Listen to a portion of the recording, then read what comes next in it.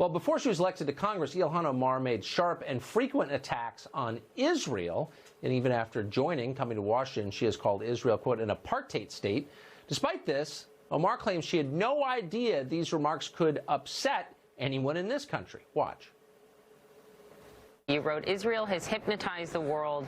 May Allah awaken the people and help them see the evil doings of Israel.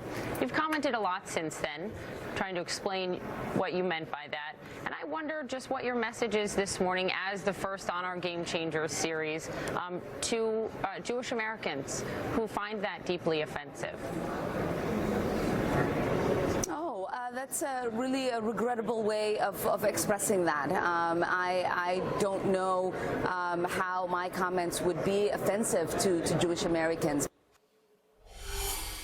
Brooke Goldstein is a lawyer who has followed the Ilhan Omar saga from the very beginning, and she joins us tonight. Brooke, thanks a lot for coming on. Thank you for having me.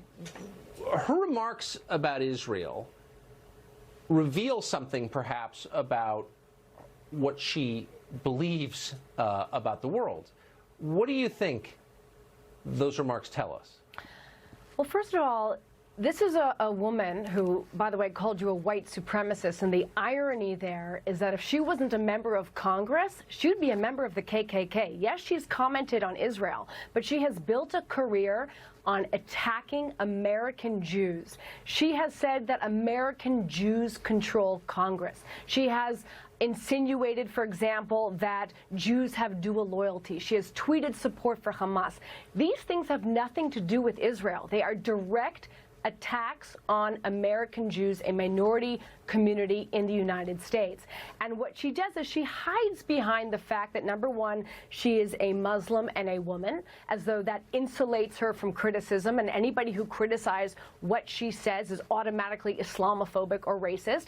And she also hides behind, well, you know, I'm just criticizing Israel. But think about it. If you had a problem, for example, with the Chinese government, would you turn around to local Chinese Americans and discriminate against them? That's exactly what she's doing. She's using politics as an affirmative defense to bigoted discrimination against American Jews.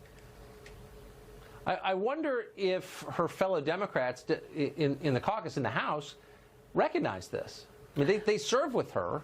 Do you think they know this? Are they bothered by it? Yeah, I mean, well, they definitely should be. I mean, this is a party that was unable to unequivocally condemn anti-Semitism because they were pandering to her so much. But we have, I think, a crisis of consciousness right now, not only in the Democratic Party, but in the left. Most people in the left embrace this so-called BDS movement, the boycott, divestment, and sanctions movement, which advocates for commercial discrimination, illegal commercial discrimination against Israeli Jews. My organization, for example, right now is suing the National Lawyers Guild, one of the oldest lawyers guilds in America, because they have a resolution, and they've implemented that resolution and refused to do business with Israeli Jews. The rise of anti-Semitism, not just in the Democratic Party, but in the left, I think is at the level of a national emergency. I mean, we have over half of all hate crimes in this country target Jews, target Jewish Americans, but you wouldn't know that